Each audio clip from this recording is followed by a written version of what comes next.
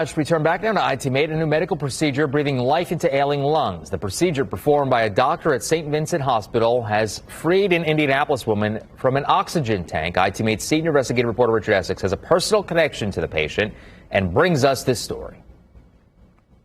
The person that we interviewed for this story was placed on oxygen about a year ago. She thought that life as she knew it was, for the most part, coming to a screeching halt.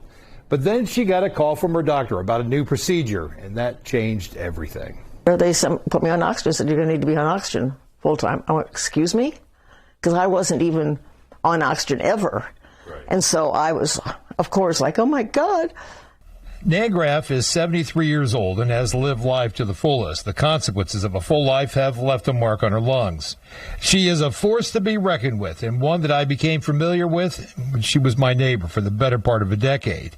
I knew that she had breathing issues back then. She had quit smoking cigarettes and other recreational material more than 20 years ago. Well, you know, I regret what I did to my body.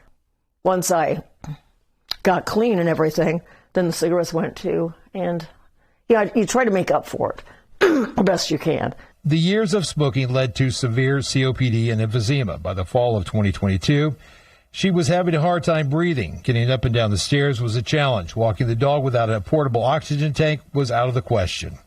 Then Dr. Philip Forsch suggested that she might be a candidate for a new procedure called bronchoscope lung volume reduction. This procedure works really well to take that sick part of the lung and make it smaller. And then when it's smaller, when Nan's active, or anyone is active with advanced emphysema and hyperinflation, the healthy lung has more room to work. So in a lot of people who've smoked, the smoke travels up, goes up, damages the tops of the lungs. Not always, but typically. And that lung can get too big and squish the bottom parts of the lung, which are doing a lot of the work of breathing.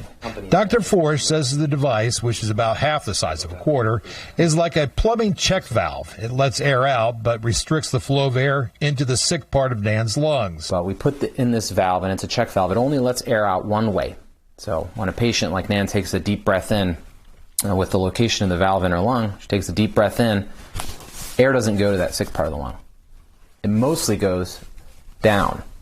So you check the air that's coming in from the unhealthy lung and bring it into the healthy lung. Nan is the second person in the state to have this procedure.